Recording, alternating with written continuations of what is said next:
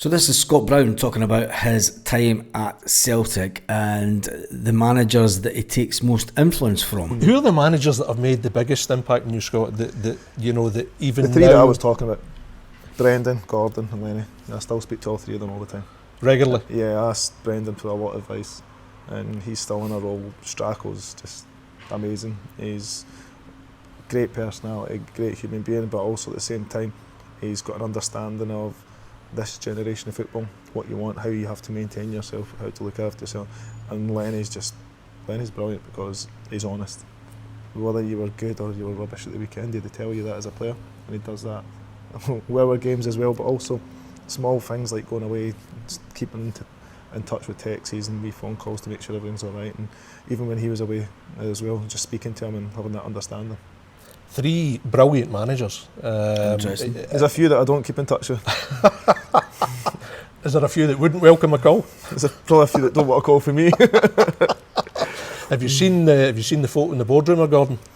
There's a Dundee player playing here back in the day. Have you seen that one? Oh, there's too many Long pictures hair, in that. long hair, Gordon. Oh no. Oh, it's a belter. Oh no. It's an absolute belter. You need to tell him about it. I'll go. In fact, you need to send him a picture I'll of it. send him a wee picture. I've not even seen half the pictures that are in there. You've had too much time in your hands since being here. Did I make you wait? Not at all, not at all. No, but I remember when Brendan came in 2016 and the impact he had, not just on you, but the rest of the Celtic players. He had a dossier for each player, and suddenly the whole the thinking changed so much. It was quite dramatic. You've got to remember at that time as well, Brendan Rodgers and Scott Brown, there was a lot of Celtic fans thought that Scott Brown's time was up as a player and didn't think that he would be fit enough to play in a Brendan Rodgers style of football. So it'll be interesting to see what he says about Brendan Rodgers. I mean, we've heard this type of thing before, but this is a new interview. It was more science as well, science based, as in shape, structure was very, very good, spot on, timing of movements, had to be right. And to be fair, the person I'm playing against at the weekend, John, also stole a lot of his stuff as well. So it should be a good game. John's done a fantastic job at Falkirk. He's done really, really well, so it's going to be interesting. But at the same time, you always look at a manager, steal a few things and you do other things. But no, Brendan came in and body fat was a huge thing. Distance covered, high speed, it had to be hit in training, in games. You had to tick it off, make sure. But then we all got into a competition, me, Cal, James and other people, and you start to look at going, I ran 12k, he ran 12.2. Right, I'm going to run 12.3 next week. I'm going to make sure I'm on it. I've got 102 touches here. He's got 88. Right, I'm on more touches. I've got more forward passes than what he had. So you start to look and you start to think, the gaffer's got me on toast here. He's actually making me think and play with my own mind. In 2016, as Brendan came in, at that point as a player, did you think you were being as professional as possible? And then he opened your eyes to how much further you could go? Well, I tried. No. You've got to remember, Brownie was one of the players that the manager before Brendan Rodgers thought that the players weren't fit enough, and we'll remember the manager, the assistant manager at the time. But he came in and he was a huge turnaround and probably kept me playing longer than I expected to play as well. And for me, he was spot on at the right time for a manager to come in to help me as well, because what he brought to my game was actually desire, not just desire, but desire to look after yourself, to be the best you can possibly be, and that was daily. That was how you looked, and it was all about, you look in the mirror, make sure you look and you're not seeing, oh, I've got a wee puppy fat here, I've got a wee bit here, but it's alright, I still play football. It was like, be trim, look after yourself, make sure you're ready, you recover, you go again. And when it was international break and I'd retired, it was like, right, you've got 4 or 5 days, just go, chill, relax, don't go mental, but enjoy what you're going to do, and then come back in and you'll be refreshed, you'll go again. So man management's a huge point as well, and to have that understanding and also to look out for the player's best interest is a huge thing. It's interesting that he talks about that, especially with the current transfer window that Brendan Rodgers has just had at Celtic, and he's now focused on developing the younger players. It'll be interesting to see what changes he can make to the likes of Callum McGregor and how long he can extend Callum McGregor's career, similar to what he did with Scott Brown. I mean, you can gather all the opinions you want, all the guidance, but ultimately you have to be your own man. And is that, something that you are? You're very much, you're driven, But ultimately, you make a decision yourself. You don't shy away from a big decision that you have to make, no matter what other advice you'll get. No, I don't go running to Brendan and to Lenny and to Gordon. Now and then when I need something, or if I'm maybe struggling with personality or how to deal with a couple of people, you ask a couple of questions. But for me, I'm big enough, I'm ugly enough to deal with the big situations, and you have to make those decisions. Like last year, we let go our captain. He was here for a couple of seasons, he'd done really well for them, but we wanted to go a different way. So we had to make that decision to let him go, but at the time we didn't have a centre-half, so we needed to make sure that we were getting good quality centre-halves in. We let 10, 11 players go last season, well, from last season to now. We've brought in, I would say, more quality, especially in the final third. Don't get me wrong, we've obviously missing Anton, getting injured with his cruciate, but you've got George, we've got Ethan, we've got Alfie, we've got Jake, we've got a lot of good players that have got goals in them in the final third. So it's interesting that he talks.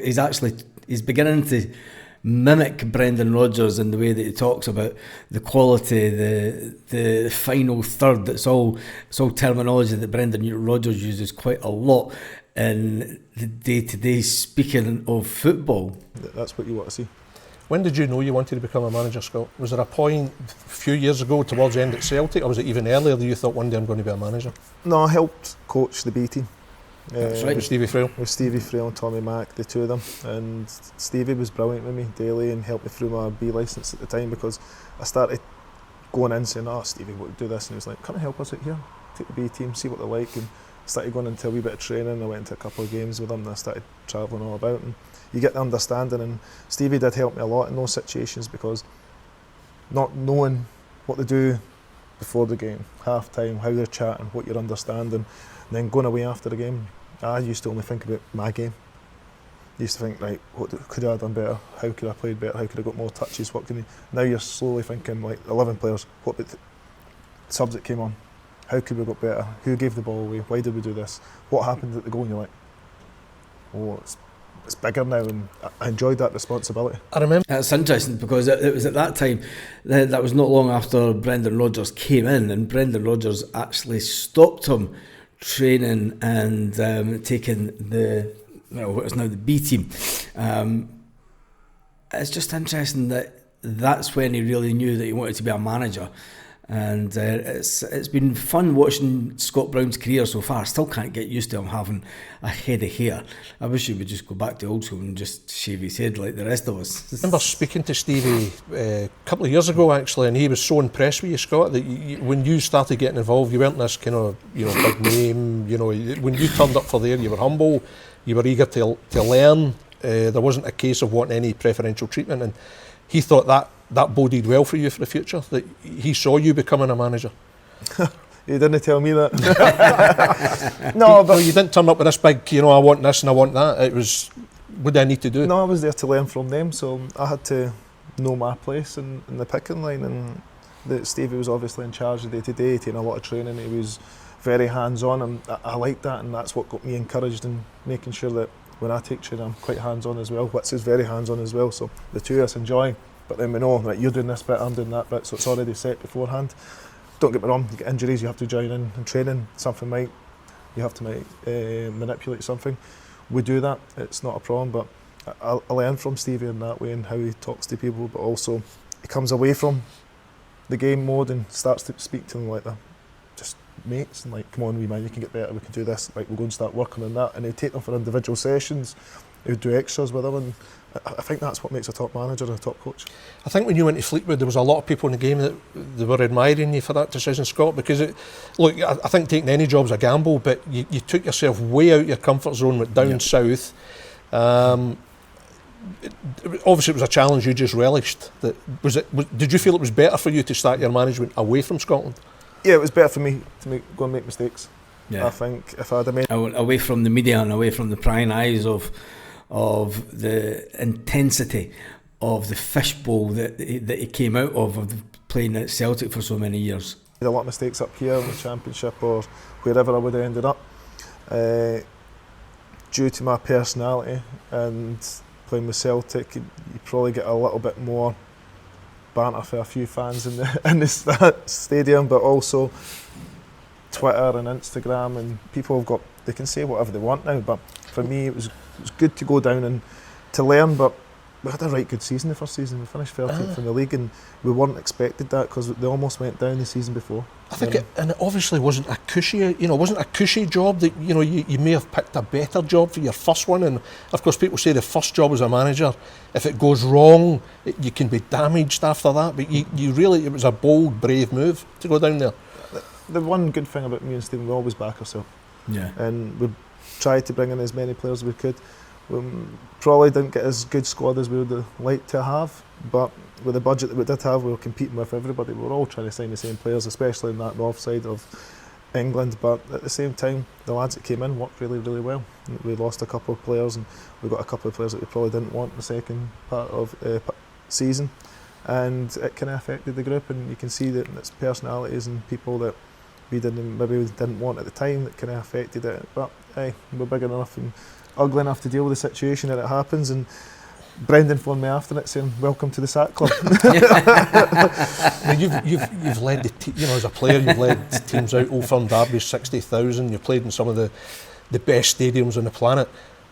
How nervous were you though in your first team talk as a manager? Was that a moment where you thought, right, okay, this is a new one. You've prepared for it, but suddenly there you are in front of a dressing room. I was always all right in speaking. I'm not a shy person. Yeah. I used to speak in change rooms at Celtic, Aberdeen before the managers come in, and after the managers came in, I used to do the huddle. It was never a problem really.